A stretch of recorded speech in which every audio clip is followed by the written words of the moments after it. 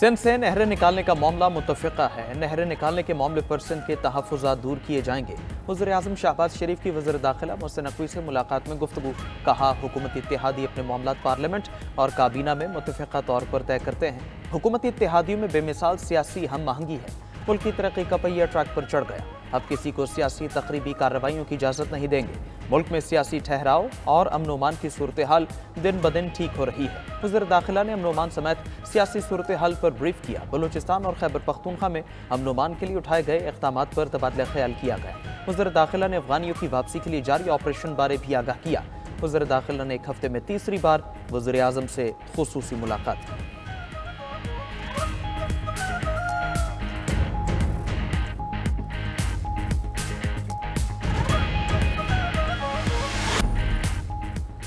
वज़ीर आला खैबर पख्तूनख्वा ने आतिफ खान पर तंज के तीर बरसा दिए। अली अमीन गंडापुर और आतिफ खान के माबैन इख्तिलाफात बरकरार। पीटीआई व्हाट्सएप ग्रुप में तेज और तंजिया जुमलों का इस्तेमाल।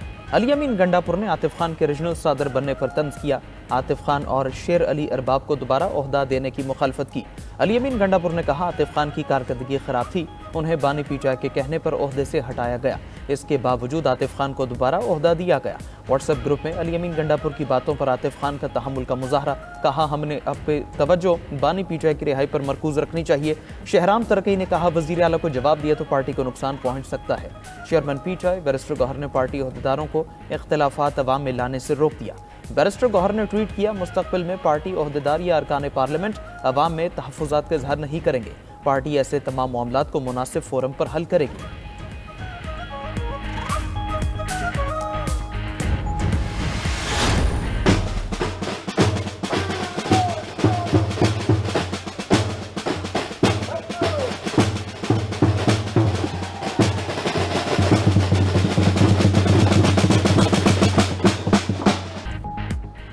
टैरिफ और टेरर। पूरी दुनिया ने अमरीकी टैरिफ के खिलाफ फैसला सुना दिया।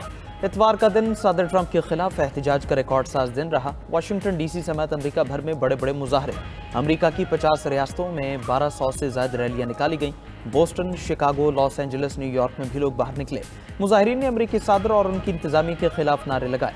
मुजाहिरीन ने कहा, दौलतमंद गिरोह ने हुकूमत पर कब्जा कर लिया। सरकारी मुलाजमीन की जबरी बरतरफियां और बुनियादी हुकूक पर कतगन कबूल नहीं। इमिग्रेशन, तालीम समेत तमाम इदारे हमले की जद में है। कनाडा, मैक्सिको, बरतानिया में भी ट्रंप की पॉलिसीज के खिलाफ एहतजाज। फ्रांस, जर्मनी, पुर्तगाल और दीगर यूरोपीय ममालिक में भी मुजाहरे किए गए।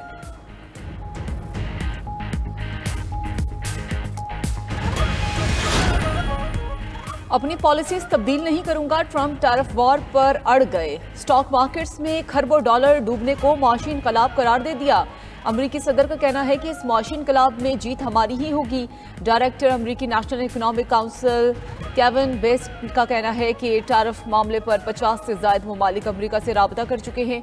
टैरिफ की वजह से अशिया की कीमतों में कुछ इजाफा हो सकता है, लेकिन अमरीकी सारिफिन पर ज्यादा बोझ नहीं पड़ेगा। उधर बरतानवी चीफ सेक्रेटरी खजाना ने अमरीकी टैरिफ को ग्लोबलाइजेशन का खात्मा करार दे दिया। डैरन जॉन्स ने कहा है कि ग्लोबलाइजेशन के सबब शहरियों को सस्ती अशिया मिलती थी, लेकिन अब वो दो इख्तिताम पजीर हो गया है।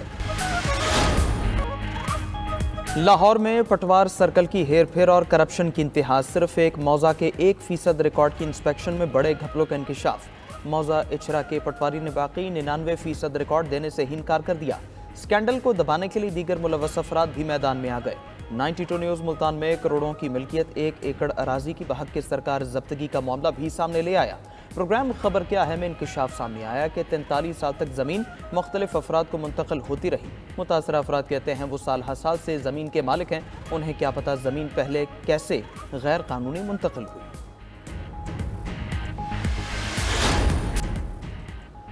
यूक्रेन के दारुल हुकूमत कीव पर रूस के फ़ज़ाई हमलों में एक शख्स हलाक, 3 जख्मी हो गए। मिसाइल हमले में कई इमारतों और गाड़ियों को नुकसान पहुंचा। दूसरी तरफ यूक्रेन के शहर क्रीवियरिया में जुमे को होने वाले हमले में हलाकतों की तादाद 19 हो गई। मिसाइल हमले में 75 अफराद जख्मी हुए थे।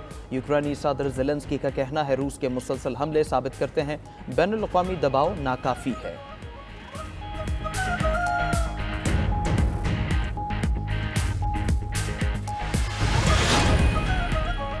म्यांमार में ज़लज़ले से हलाकतों की तादाद 3471 तक पहुंच गई। ज़लज़ले से 4671 अफराद जख्मी और 214 ताहाल लापता हैं।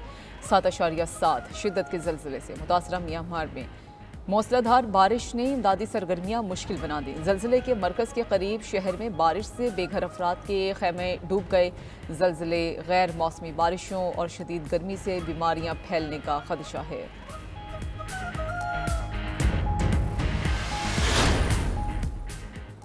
अमरीका एक बार फिर शदीद बारिशों और सैलाब के रडार पर आ गया। शदीद तूफानी बारिशों और सैलाब से हलाकतों की तादाद 16 हो गई। अमरीकी मीडिया के मुताबिक तूफानी बारिशों से टेक्सास से ओहायो तक हंगामी सूरत हाल पैदा हो गई। सबसे ज़्यादा 10 हलाकतें रियासत टेनेसी में हुई। ख़राब मौसम पर 74 परवाज़ें मनसूख, 478 ताख़ीर के शिकार। इससे पहले तूफानी बबूलों से 7 अफराद हलाक हुए थे।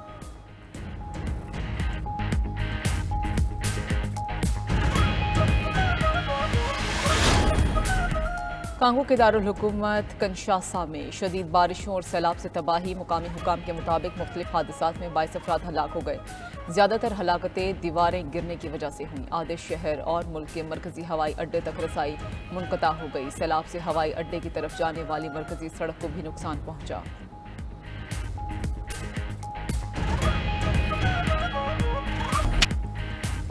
इसराइल गजा में दरिंदगी की तमाम हदें पार कर गया। दहशतगर्द सेहूनी फौज का गजा में घात लगाकर तिब्बी अमले का कत्लेआम। एम्बुलेंस और तिब्बी अमले पर फायरिंग की हौलनाक वीडियो सामने आ गई। एम्बुलेंस पर इमरजेंसी लाइट्स और अक़वाम मुत्तहिदा की वाज़ेह इलामात मौजूद थीं। वीडियो इसराइली फायरिंग से शहीद होने वाले एक कारकुन के मोबाइल से मिली। 14 मार्च को होने वाले हमले में 15 तिब्बी कारकुन शहीद हुए थे। दहशतगर्द इसराइल की गजा पर बमबारी से मजीद 49 फ़लस्तीनी शहीद हो गए। इसराइली हमलों में फ़लस्तीनी शहदा की मजमूई तादाद 50,700 तक जा पहुंची। इसराइल ने जनूबी गजा में नया सिक्योरिटी कॉरिडोर बनाकर रफा को गजा से काट दिया। उधर तिब्बी अमले के रुकन रिफत रिजवान के आखिरी अल्फाज भी सामने आ गए। रिफत रिजवान ने अपने आखिरी पैगाम में कहा कि माँ मुझे माफ़ कर दें, मैंने लोगों की मदद के लिए ये रास्ता इख्तियार किया। रिफत रिजवान कलमा तैयबा का विर्द करते हुए शहीद हुए। अमरीका के यमन में 7 मकामात पर हमले, 4 अफराद जाँ बहक, 16 जख्मी। दारुल हुकूमत सना में एक घर पर फजाई हमले में 2 अफराद। हौजियों के गढ़ सादा पर हमले में भी 2 अफराद जाँ बहक, 9 जख्मी हो गए। सादा पर अमरीकी हमले से 2 मंजिला इमारत मुनहदिम हो गई।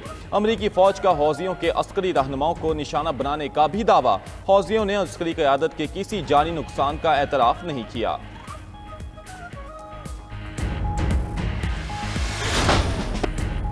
अमेरिका में मुकीम पनाह गजीन यूक्रेनियों को बेदखली का नोटिस। ट्रंप इंतजामिया ने यूक्रेन से मुआफ़ी मांग ली।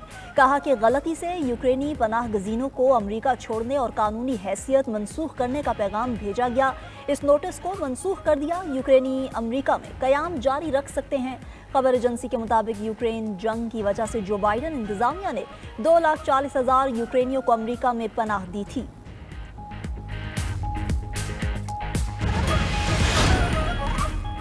हज परवाजें 29 अप्रैल से शुरू होंगी।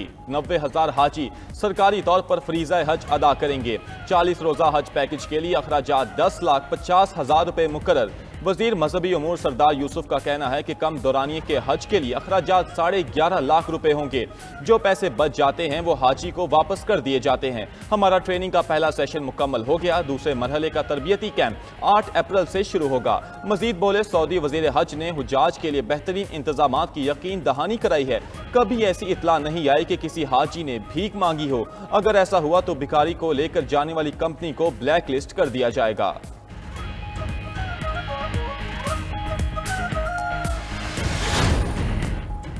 पंजाब में खौफनाक ट्रैफिक हादसा, 22 जाने ले गए। जड़ांवाला में ट्रैफिक हादसे में जाँ बहक अफराद की तादाद 12 हो गई। फैसलाबाद के अस्पताल में जेरे इलाज 8 जख्मियों से मजीद 4 दम तोड़ गए। रेस्क्यू के मुताबिक मुसाफिर बस और रक्शे के दरमियान होलनाक तसादम हुआ।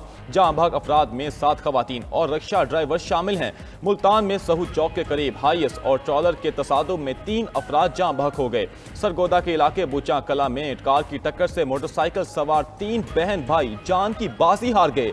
देपालपुर, शकरगढ़, हुजरा शाह मुकीम, हासिलपुर में भी ट्रैफिक हादसात में हलाकतें रिपोर्ट हुई।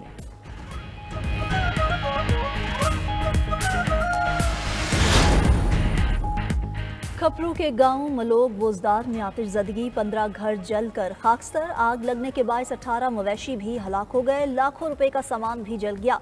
आग पर ताहाल काबू न पाया जा सका। मुतासरीन खुले आसमान तले रात गुजारने पर मजबूर।